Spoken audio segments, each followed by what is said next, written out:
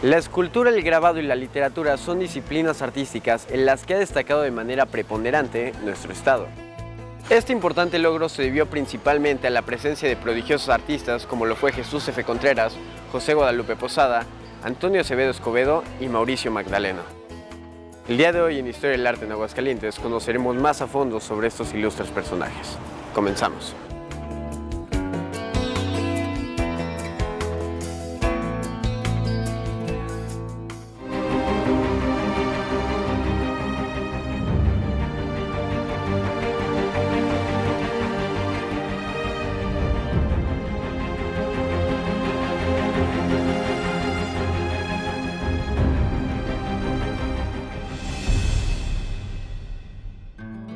Jesús Fructuoso Contreras Chávez fue un escultor mexicano, nacido en Aguascalientes en 1866. Es reconocido por su talento y su gran calidad artística que refleja en cada una de sus obras a lo largo de toda la República, especialmente en la Ciudad de México, donde varias de sus esculturas engalanan el famoso Paseo de la Reforma. Vayamos ahora con el maestro en arte Marco Antonio García Robles, quien nos hablará más a fondo sobre la obra de este ilustre aguascalentense.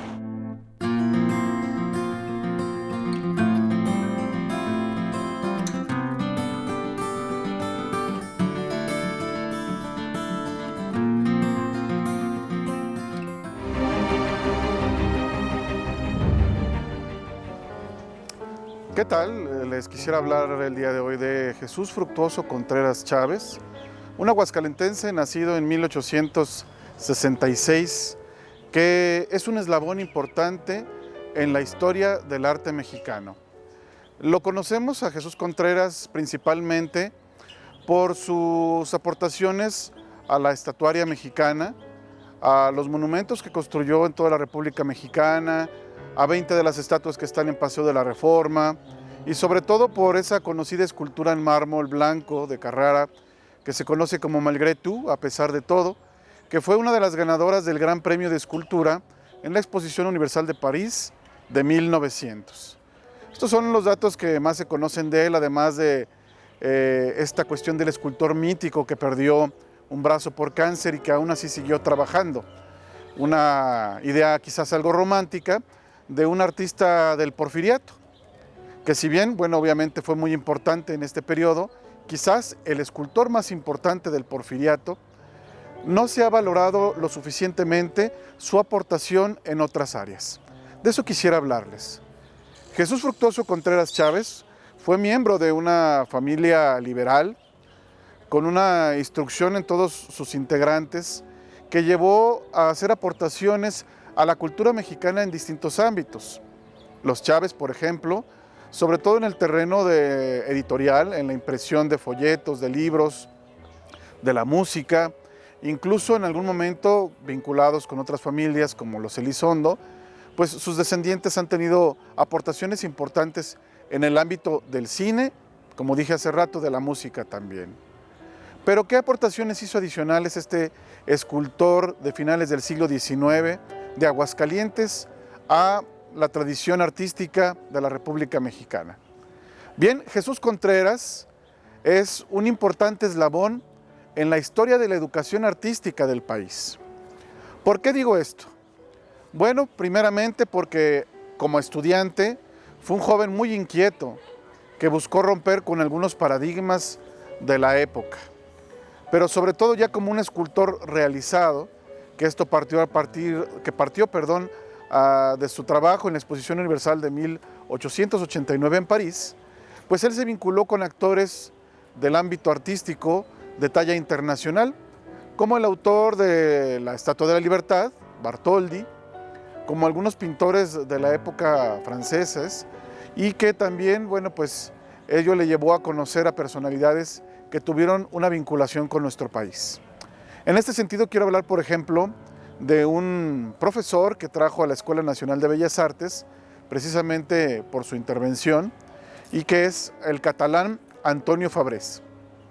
Este pintor, aunque a algunos en su momento se le criticó su estilo quizás muy rimbombante, pomposo, bueno, de hecho se le criticaba con el apelativo de pompier, ¿no? como un estilo muy afectado de pintura, pero tenía una calidad artística insuperable, una técnica de gran manufactura que influyó en la formación de personajes tan importantes en la historia del arte mexicano como son Saturnino Herrán, José Clemente Orozco y Diego Rivera. Es decir, la técnica de estos tres importantes pintores mexicanos se vio directamente influenciada por este pintor catalán que trajo Jesús Contreras a nuestro país.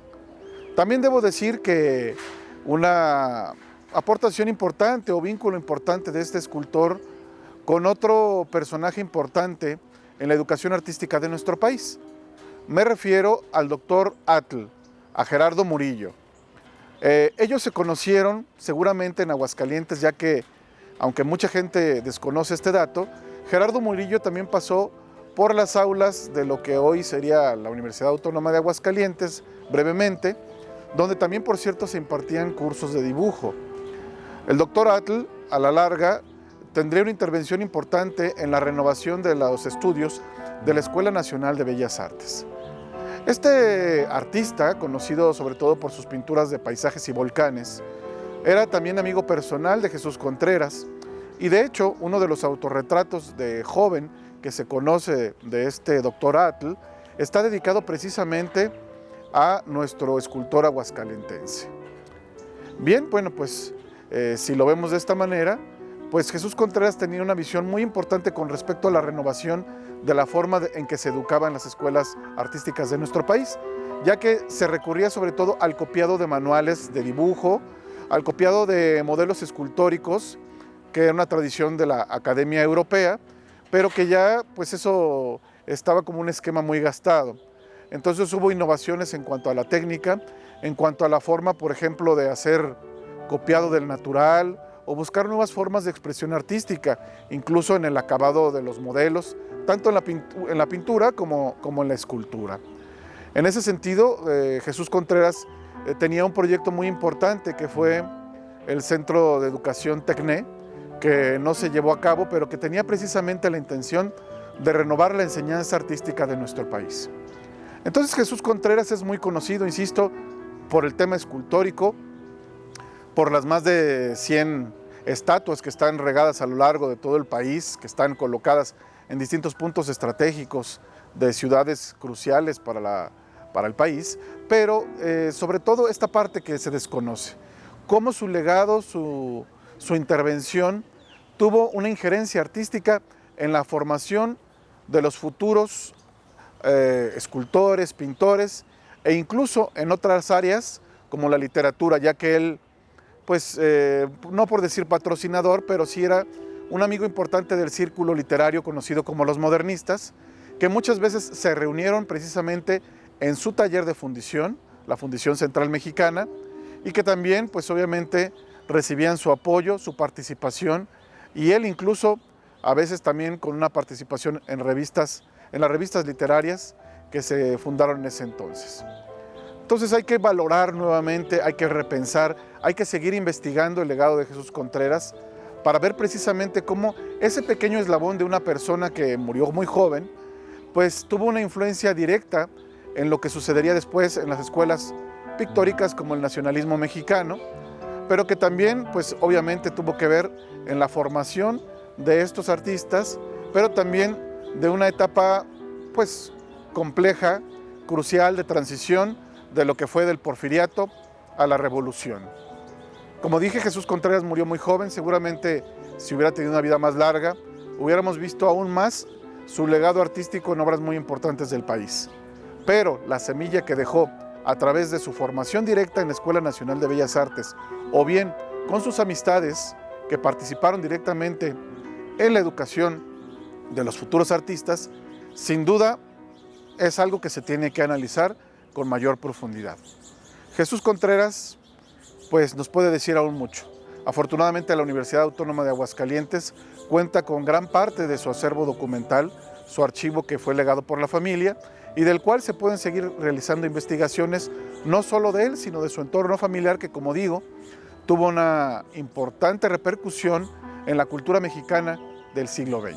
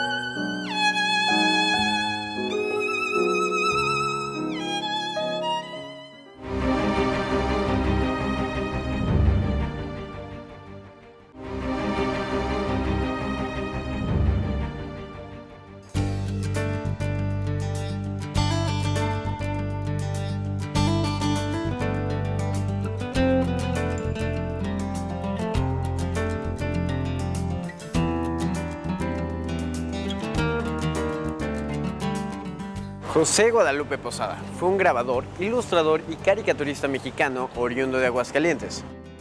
Fue célebre por sus dibujos de escenas costumbristas, folclóricas, de crítica sociopolítica y sus ilustraciones de calacas o calaveras, de las cuales la Catrina es la más famosa. Acompáñenme con el doctor Víctor Manuel González Esparza, quien nos hablará de la trascendencia de su obra.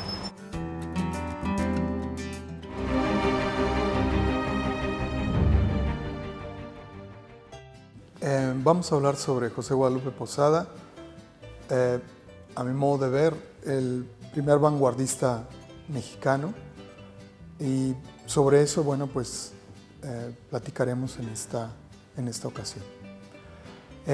¿Por qué digo que es el primer vanguardista mexicano?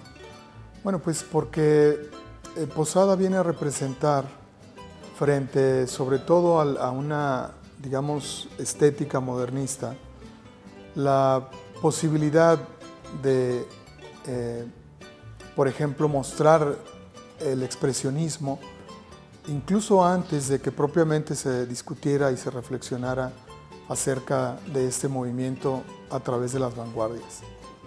Las vanguardias en general a nivel europeo y particularmente en México, lo que las va a distinguir fundamentalmente es la recuperación de otras tradiciones y formas artísticas.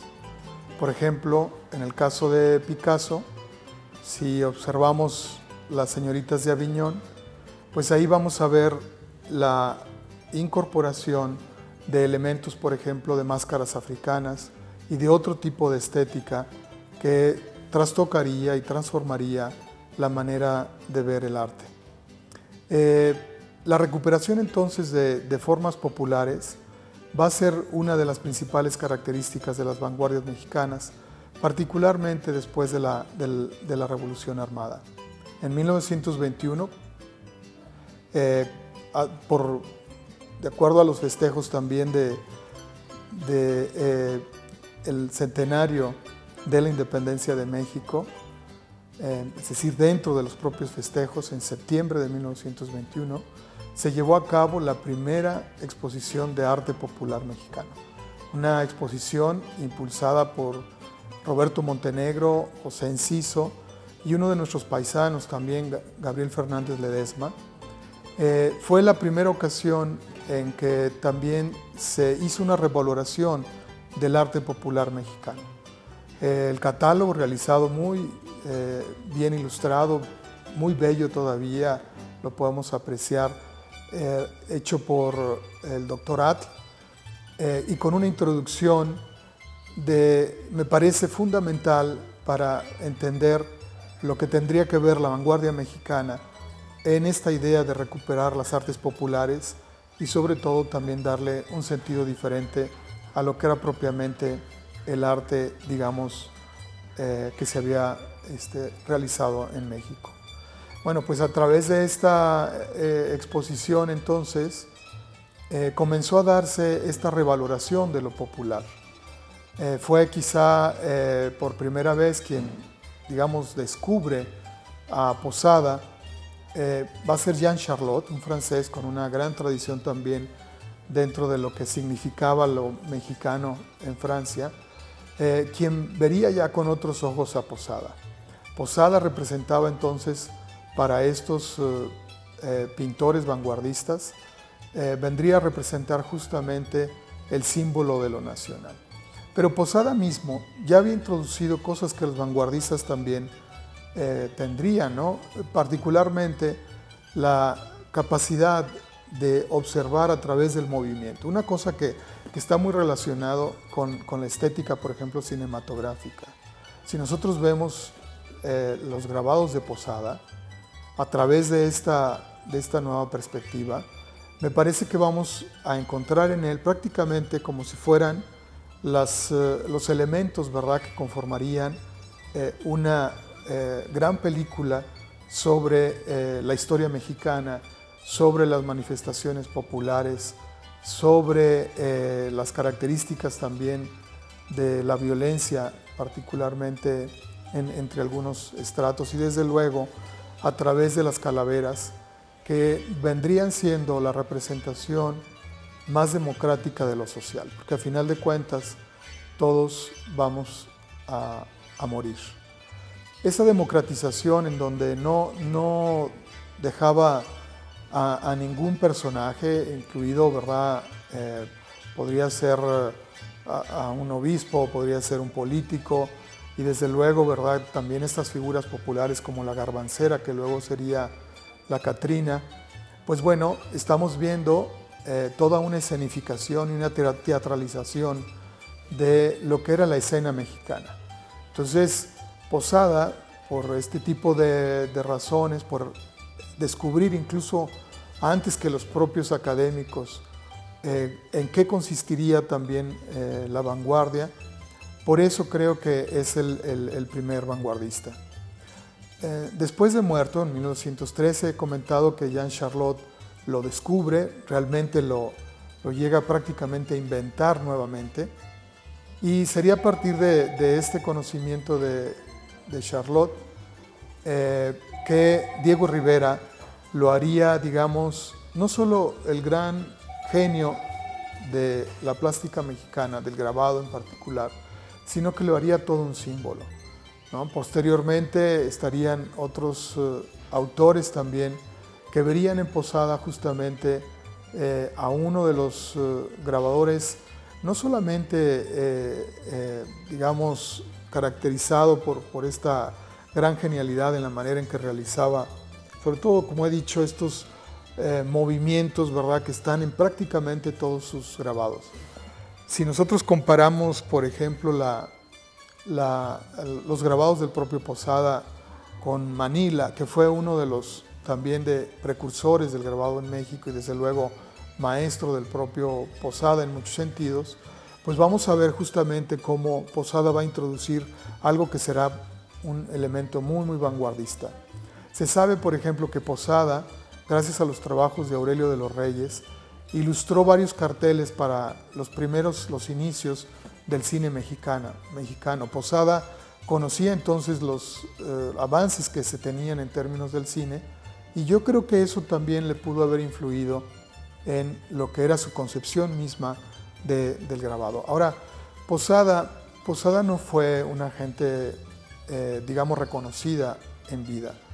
Pudo trabajar con personajes que luego serían también muy reconocidos, como Irineo Paz, pero al mismo tiempo Posada seguía viviendo, digamos, por un lado en las condiciones de alguien que más bien tenía pues pocos recursos. A final de cuentas, si hizo más de 20,000 grabados, pues bueno, eso tampoco era, digamos,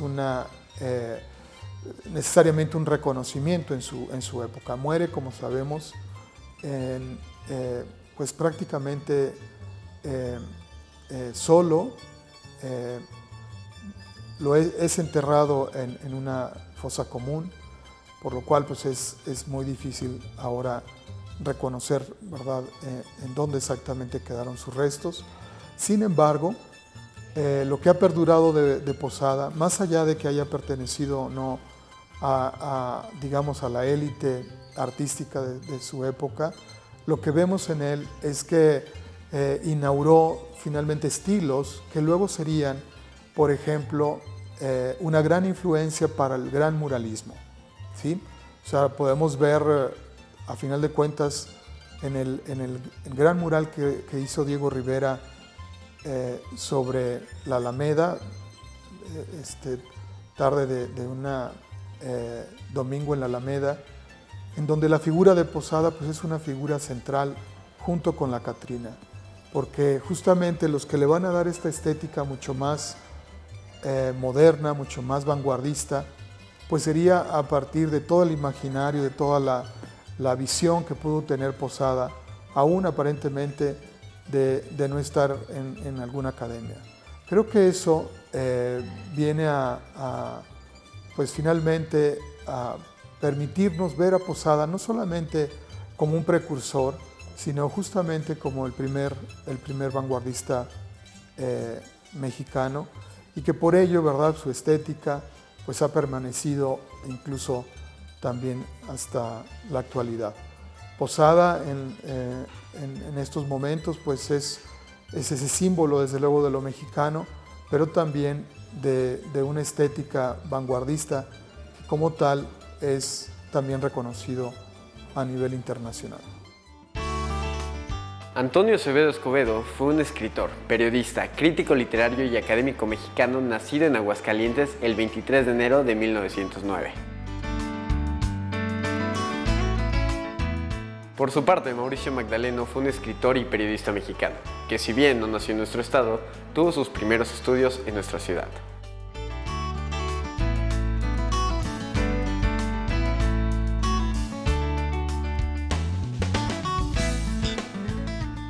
Los invito a que vayamos con la maestra Ana Luisa Topete Ceballos, quien nos hablará más a fondo de estos reconocidos artistas.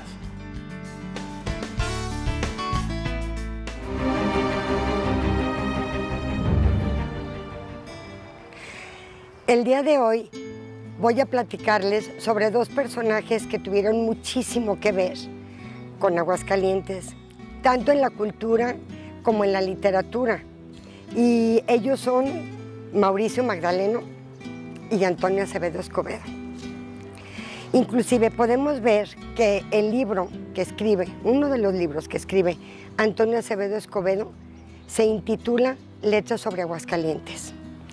Y además Mauricio Magdaleno, que fue realmente el guionista en el cine del Indio Fernández, fue de muchísima importancia, que además él escribió mucho y estudió mucho acerca de la Revolución, porque él, Mauricio Magdaleno, que tuvo que ver tanto con la cuestión de la post-revolución, él estuvo en la campaña de José Vasconcelos y anduvo vasconcelista, o sea, anduvo con él durante toda la campaña, y resulta que cuando pues no gana José Vasconcelos, entonces Mauricio Magdaleno se va a España y allá en 1932, 1933 escribe este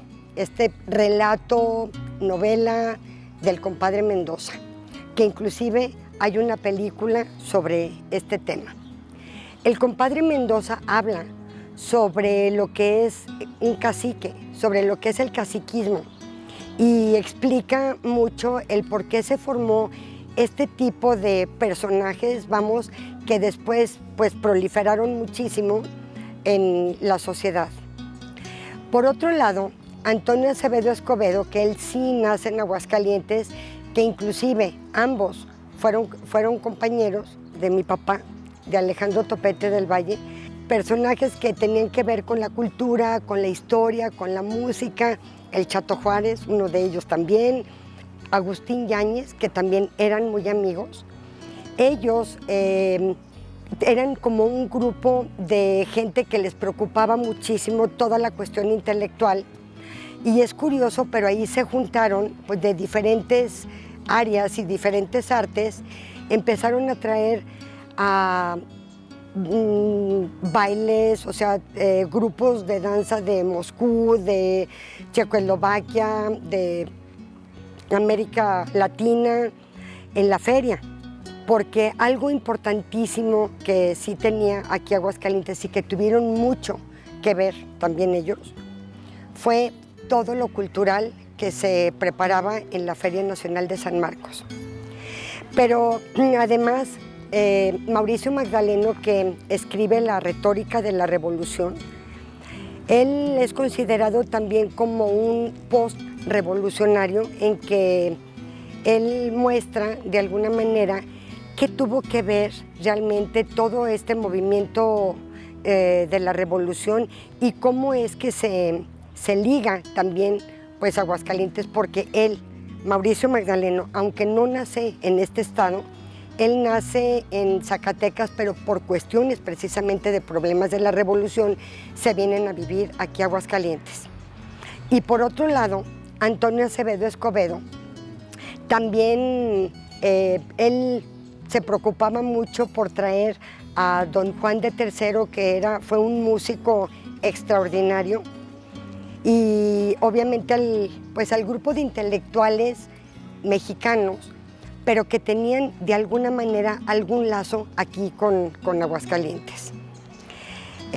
Estos personajes, hay muchísimo que hablar de ellos porque lo que escribieron tiene una representación extraordinaria, lo que es el Estado, y que además enlazan de alguna manera pues los hechos y sucedidos y el contexto que les tocó a ellos vivir con este Estado, y además lo llevan a México y se difunde a nivel nacional.